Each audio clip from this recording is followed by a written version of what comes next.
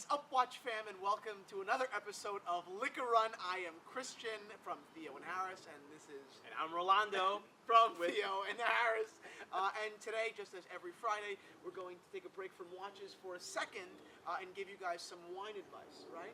Every week. And you're a bit of an authority on wine, so you like to pick out the diamonds in the rough. A little bit of an authority. Before we jump into the wine, one wristwatch check, right? Wristwatch check. So right now I am wearing a killer, actually I'm wearing his yellow gold Rolex Datejust 1601, which I am totally in love with. I picked it out. Don't think he has such great taste. It's absolutely gorgeous. It was his 50th birthday gift. I'm sure we'll do a whole story on it in the future. What do you have on? I've got a 70s Hema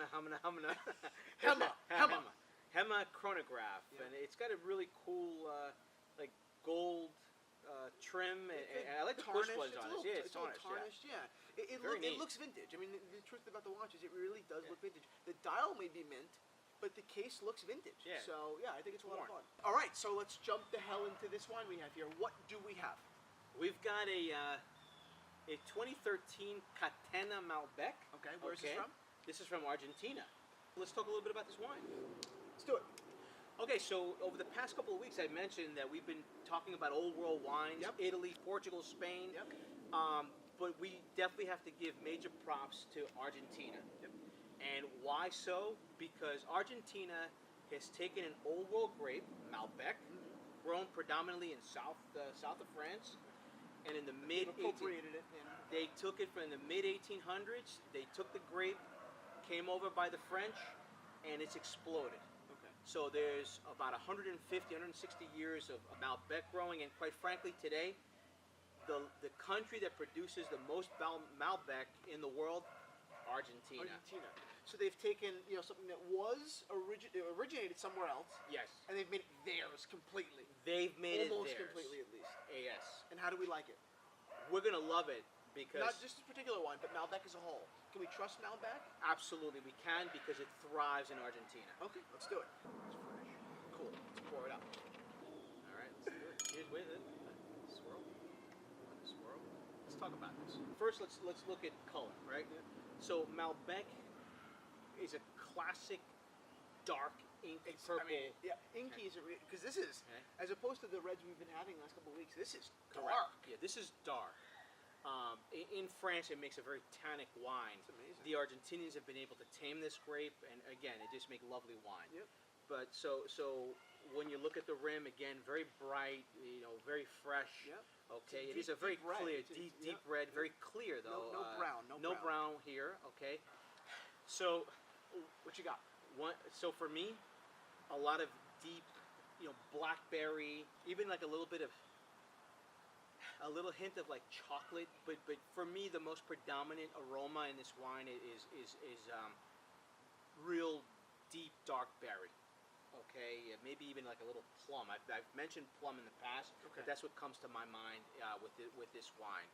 So it's got a nice nose. Wait, just for a side note here, you say plum, you say cherry, you say dirt, sometimes moss. Why? They don't put that stuff in the wine. And that's the why would it? That's the beauty of wine. Winemaking, the grape wine or grape juice transforms into hundreds of thousands of natural aromas. Yeah. Some you can pick up, others some I can't pick over your head, totally over your head.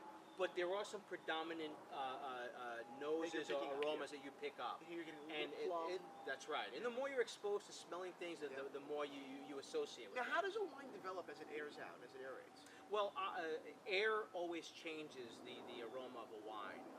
So the contact with oxygen will allow a wine to change its characteristics. Sometimes the wine in the bottle is tight, so not all of its flavors have fully developed. Right? It's almost shallow compared to what it can be in 20 minutes. It begins to pop. It changes. This wine, that's specifically true for especially aged wines. We'll talk about that in later episodes. Yeah. But this is a young wine. Okay. But let's taste. Okay. Dry all over my cheeks. It's dry. Wow. It's actually very good though. So this is definitely a medium not up my alley. to a full body wine. This wine is definitely a bigger wine. Yep. It's got a lot of good fresh fruit, a lot of cherry, raspberry, Yep. blackberry. I'm getting cherry more than anything, though. This wine is definitely Wow. something that This is Americans will love. This is what is that supposed to mean? Americans love fruit-forward wines. Okay. It's a good thing. Okay. They love because we tend to eat very hearty food. So right now, I mean, and I'm so not one to make up, and neither is he. But I certainly don't like just start saying that I supposedly taste in wine. But in this wine, he said cherry, and immediately on my palate, I had cherry. 150% no hedge. I mean, it legitimately tastes. For me, on my palate, more so than anything, I'm getting some rich cherry taste. Yeah, and there's also like a floral component to this wine too. The more I taste it, there is a delicate nature to this wine. So it's not an overbearing fullness. In fact, I would consider this wine more It's medium. certainly not sweet. It's certainly it's not not. sweet. It's not. No. There's a good balance between sweetness and acidity, which is exactly what you want in a wine. There's acidity, especially right in the back of your throat, right? Yes. I think in the That's aftertaste, right. you're getting a lot of acidity, which I think does wonders for the cherry you're getting up front, or the fruit you're getting up front. It makes it's a it good balance. It makes it great for eating food. Yep. What kind of food are you eating this way? Look, so Argentina is classically known for its barbecues, what they call the parrillada. Okay, a lot of roasted meats. I'm going with grill. I'm going with pork. I'm going with roasted chicken. Yep. I'm going with assertive flavor. I'm going with char. Char. Yep. Okay, that's what you want. That's the commonality. If you got in all char, this, yep. you got Catena. Yeah, And so now this wine was how much? So this wine was $15. And what makes it really good and consistent year in, year out is the fact that, number one, Catena has been making wine for over 100 years. So they've got a long lineage, a long legacy of winemaking. But what makes this so particularly good and so consistent is that this wine is made from Malbec grapes in different vineyards at different altitudes. So what happens is the grapes are harvested at different times throughout the harvest season. Okay. Every plot of land has its own terroir, its own individual characteristic. Okay. So some of the grapes that come from the lower altitude may present you with more spiciness, which this wine is spicy. Yeah. There are others that give you a little bit more elegance, okay, more acidity. Okay. So, and there are other plots of land or other vineyards at a higher altitude that just give you just to round out the silkiness, okay? So when you put all those three together, and kudos to the winemaker, because they know the blend that they want to go with. They know their put end this goal. together. They really want. Yep. So that's why this wine gives you such terrific value, not only in 2013, which is what we're drinking, but in 2014, 2012, and so on and so forth. So you're getting 100 years of winemaking, right? Some legitimate process, solid grape, right? Really for $15.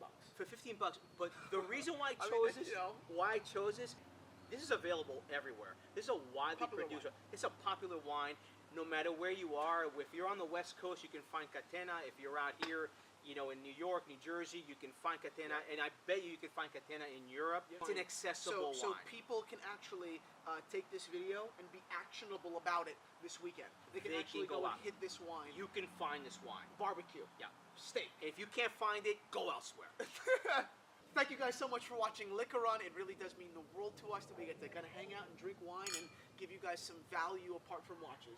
That, as the Argentinians would probably say to you, che, no seas boludo. What does that mean? I have no idea. It's the only thing I know how to say as like an Argentinian.